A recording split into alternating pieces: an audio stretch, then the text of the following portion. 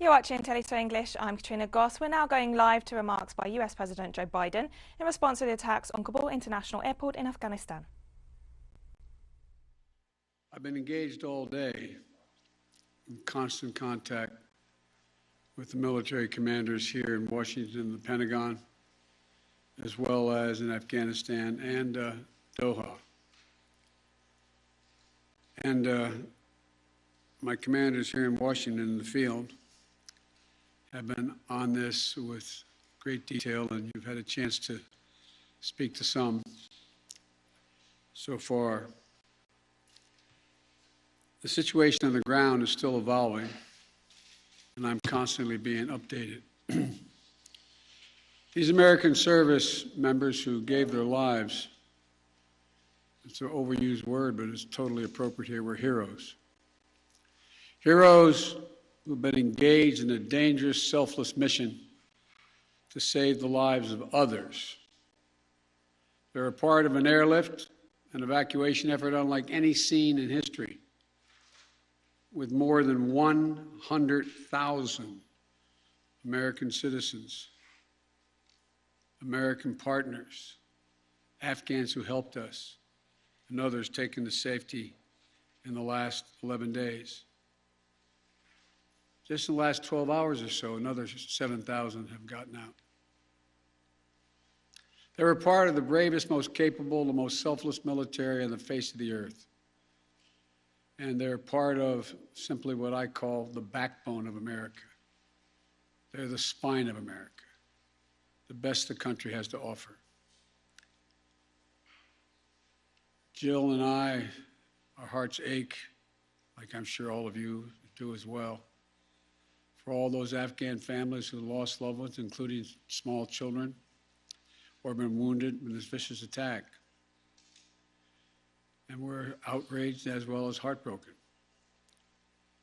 Being the father of an Army major who served for a year in Iraq, and before that was in Kosovo as a U.S. attorney for the better part of 6 months in the middle of a war. When he came home after a year in Iraq, was diagnosed, like many, many coming home, with an aggressive and lethal cancer of the brain. We lost. We have some sense, like many of you do, what the families of these brave heroes are feeling today.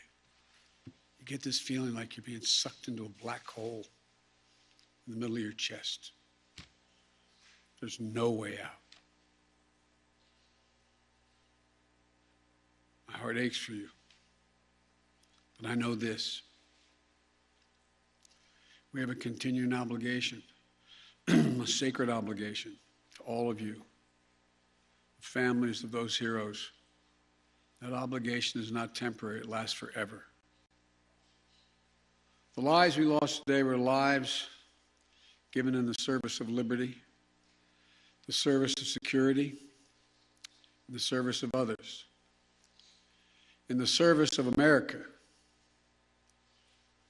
Like their fellow brothers and sisters in arms who died defending our vision and our values in the struggle against terrorism.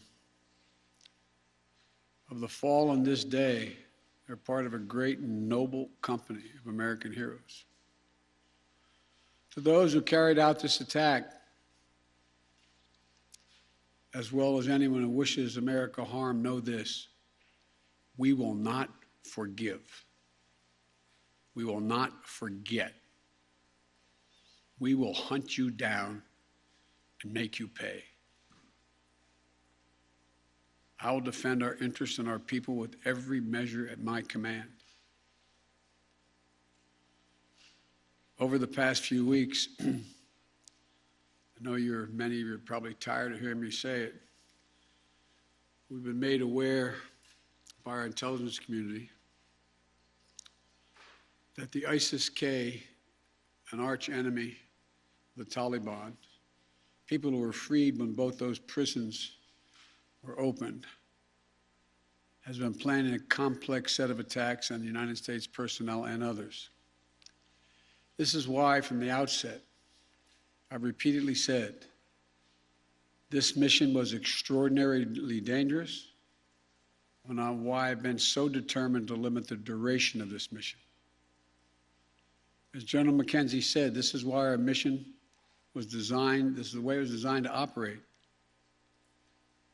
Operating under severe stress and attack. We've known that from the beginning. And as I've been in constant contact with our senior military leaders, and I mean constant, round the clock, and our commanders on the ground and throughout the day, they made it clear that we can and we must complete this mission, and we will.